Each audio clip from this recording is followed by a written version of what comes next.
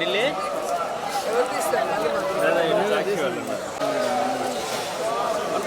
శ్రీనాథ్ అన్న కొంచెం ది అన్న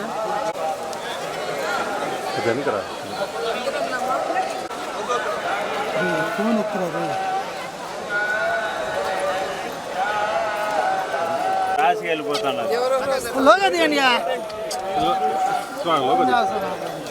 వెనకాల లోకల్ దిమ్మా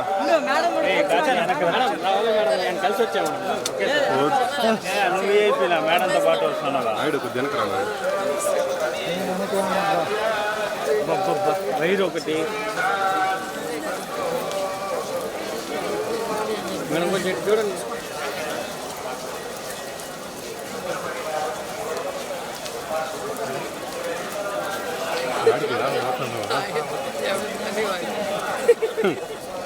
ఓకే మేడం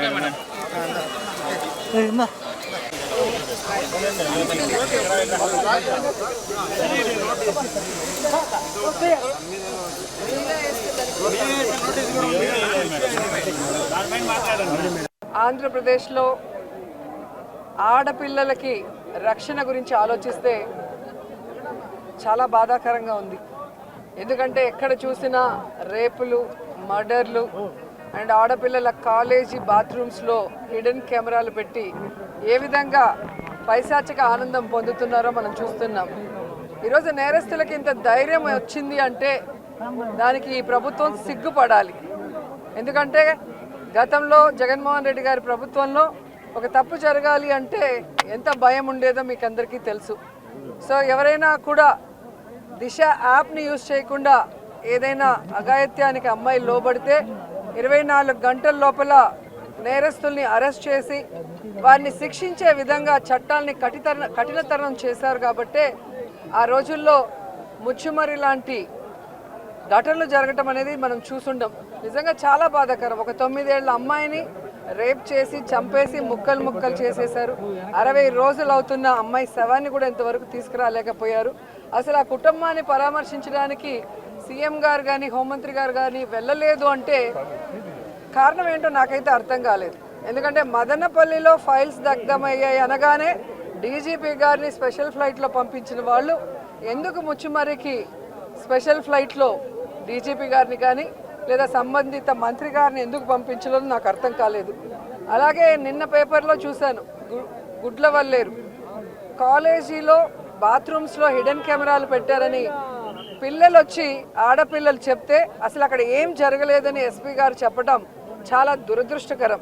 ఈరోజు 300 మంది పిల్లలు ఈరోజు న్యాయం కావాలంటూ ధర్నా చేస్తుంటే ఇప్పుడు విచారణ చేస్తామని దిగిరావటం అనేది మనమంతా కూడా గమనించాల్సిన విషయం. అలాగే ఈ ప్రభుత్వం వచ్చిన తర్వాత మీరు చూస్తే ర్యాగింగ్ భూతం ఎలా ఎక్కువైందో మనం కళ్ళారా చూస్తున్నాం. నారాయణ కాలేజీలో మెడికల్ విద్యార్థినిని ర్యాగింగ్ చేసి చంపేశారు. అలాగే కలికిరిలో జేఎన్టీయూలో విద్యార్థి ర్యాగింగ్ చేయడం వల్ల ఎలా ఆత్మహత్య చేసుకుందో గమనించాం. అంటే గత 5 సంవత్సరాలు లేని ర్యాగింగ్ భూతం మళ్ళీ ఈ ప్రభుత్వం వచ్చాక ఎలా పిల్లల ప్రాణాలు తీస్తుందో మనం గమనించాల్సిన విషయం. నేను ఈ ప్రభుత్వానికి ఒకటే చెప్పగలను, రెడ్ బుక్ రాజ్యాంగం మీద పెట్టిన దృష్టి ఇంట్రెస్ట్ పక్కన పెట్టి ఆడపిల్లకి రక్షణ కల్పించడంలో గౌరవాన్ని కల్పించడంలో మీరు ముందుండాలని కూడా వాళ్ళని కోరుకుంటున్నాను. మాట్లాడిన తర్వాత అలా అంటే ఎట్లాగా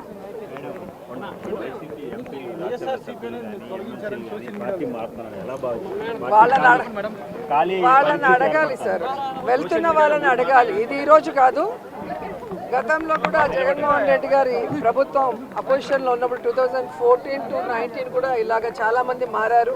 మారిన వాళ్ళు ఏమయ్యారో కూడా మనం కళ్ళారా చూసాం. సో ప్రజల చేత ఒక పార్టీ సిద్ధాంతాలు నచ్చి ఎన్నుకోబడిన ప్రజల పార్టీ సిద్ధాంతాలు నచ్చి ఎన్నుకోబడిన వాళ్ళు, పార్టీ నియమించిన వాళ్ళు ఈరోజు వెళ్ళిపోతుంటే వాళ్ళు ఆలోచించుకోవాలి వాళ్ళు చేస్తుంది కరెక్టా తప్ప అనేది. సో దీనివల్ల జగనన్నకో వైఎస్ఆర్సీపీ పార్టీకో ఎటువంటి నష్టం ఉండదు. ఎందుకంటే ఎప్పుడూ కూడా పార్టీకి ద్రోహం చేసి వెళ్ళిన వాళ్ళని ఎవరూ కూడా గౌరవించరు, క్షమించరు. పార్టీకి లాయల్టీగా